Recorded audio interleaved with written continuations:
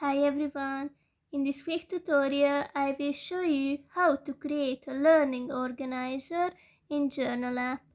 Just open the app and click on Create, select Sample Journals, and here you can find several useful templates, but we now need a learning organizer, so I click on it and then click on Use this journal.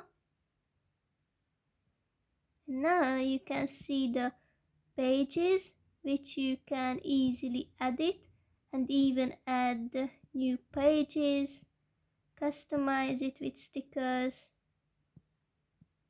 or do anything that you would like to.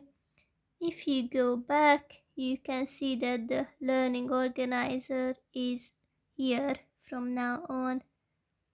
I hope it will be useful for you. Have a nice day.